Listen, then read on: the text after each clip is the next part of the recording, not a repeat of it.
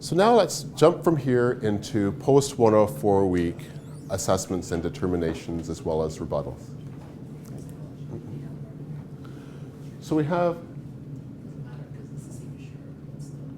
have a very kind of a similar, in a sense, schema when we're dealing with the question of a person being able to go back to an alternate form of work.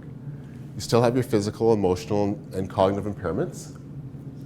On the physical side, instead of doing a more specific functional ability evaluation to determine whether a person can go back to the specific job, you can do a more general one that tells you how much a person can lift and stand and carry and bend and stoop and all those kinds of things. It can be generic, and with that generic profile, you can get a sense in terms of what occupations can be ruled in or ruled out physically. So we had the question in terms of where does the psychovocational fit in?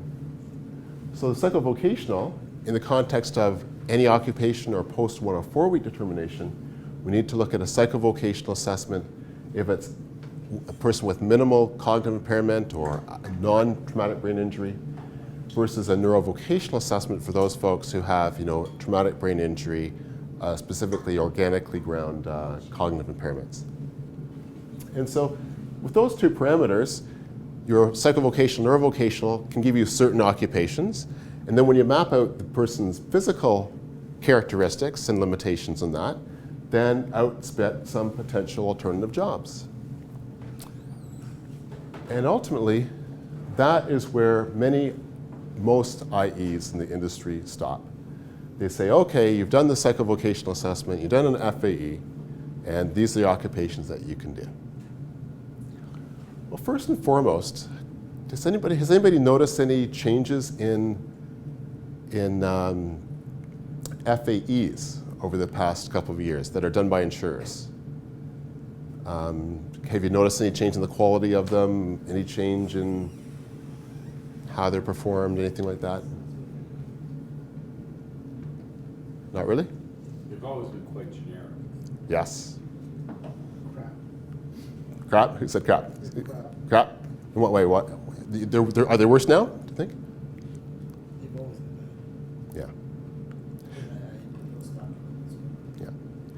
So it used to be probably in the DAC days, for example, an average FAE was maybe 4 to 6 hours in length. And after the DAC days, it probably went down to about 2 to 4 hours in length, based on competitive pressures. After September 2010, with the implementation of the $2,000 fee cap, which is interesting because FAEs were never $2,000 to begin with, but they've now really whittled down to typically 1 to 2 hour mini assessments. However, I come across all the time post-104 assessments that don't even have an FAE, whether that be a terrible, lousy 1 to 2 hour one that tells you nothing about the person's stamina. They're just not there. And if they are there, they're not worth the money the paper's printed on.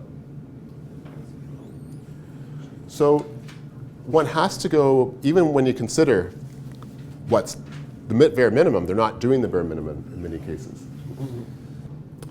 So what's really missing, and this was a methodology that was used both more so in the CAT DACs and the residual earning capacity evaluations prior to that, and that is the question of, okay, you have these specific occupations that have been spit out by the FAE and the neurovocational assessment.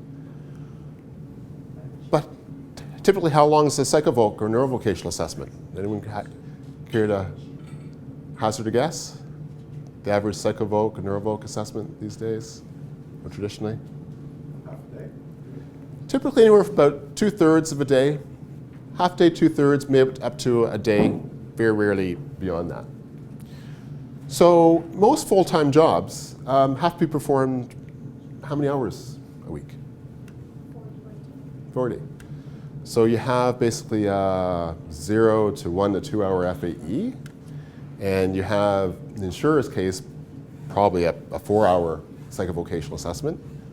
So how far does that go in terms of telling you what the individual's stamina, productivity, their ability to sustain attention, concentration, to maintain a full-time work week? not very equivalent. Not very equivalent. Far from being equivalent. Absolutely.